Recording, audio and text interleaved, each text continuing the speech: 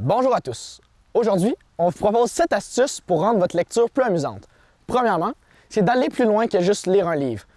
Si je m'explique, si c'est un livre plus éducatif, vous pouvez utiliser les informations inscrites dans le livre pour organiser une activité par la suite.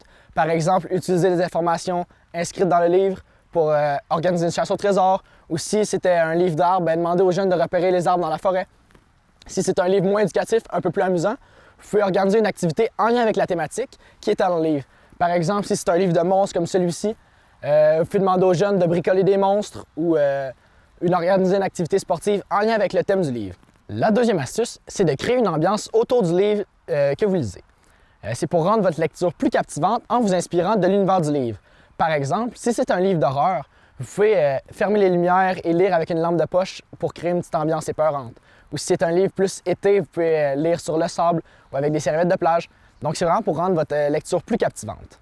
La troisième astuce, c'est de faire des prédictions sur le livre et de revenir sur ces hypothèses-là durant l'histoire. Vous pouvez vous inspirer de la page couverture du livre afin de deviner qu'est-ce qui va se passer dans le livre et ainsi demander aux jeunes un petit peu de prédire l'histoire. Durant l'histoire, au fil de la lecture, demandez aux jeunes de vérifier si leurs hypothèses étaient vraies afin de continuer à les garder impliqués dans l'histoire. La quatrième astuce est de poser des questions aux enfants tout au long de l'histoire.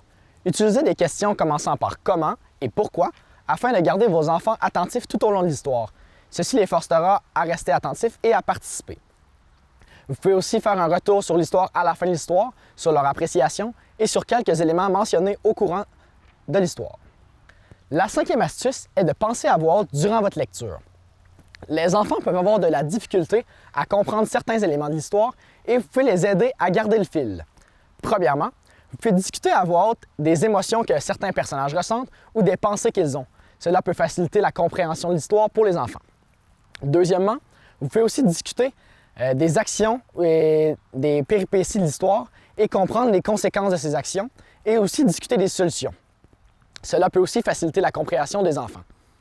La sixième astuce est d'utiliser des onomatopées, des mimes ou des drôles de voix lors de votre lecture. En bref, rendre votre lecture interactive.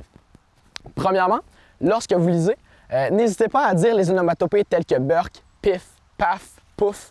Cela peut aider les enfants à rester attentifs et aussi ajouter de la vie dans votre lecture. Vous pouvez aussi mimer les actions du livre ou demander aux enfants de mimer afin qu'ils participent.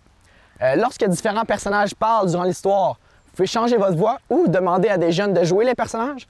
Et finalement, pour faire participer les enfants, à chaque fois que vous dites un mot, vous pouvez demander aux enfants de faire un son.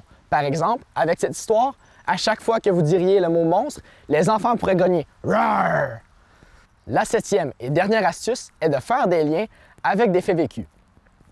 Pendant ou à la fin de la lecture, vous pouvez demander aux enfants s'ils ont déjà ressenti les mêmes émotions que le personnage durant l'histoire et élaborer sur ce fait, ou vous pouvez demander aux enfants s'ils ont déjà vécu des expériences semblables à celles du livre. Finalement, n'hésitez pas à utiliser ces astuces pour dynamiser votre lecture.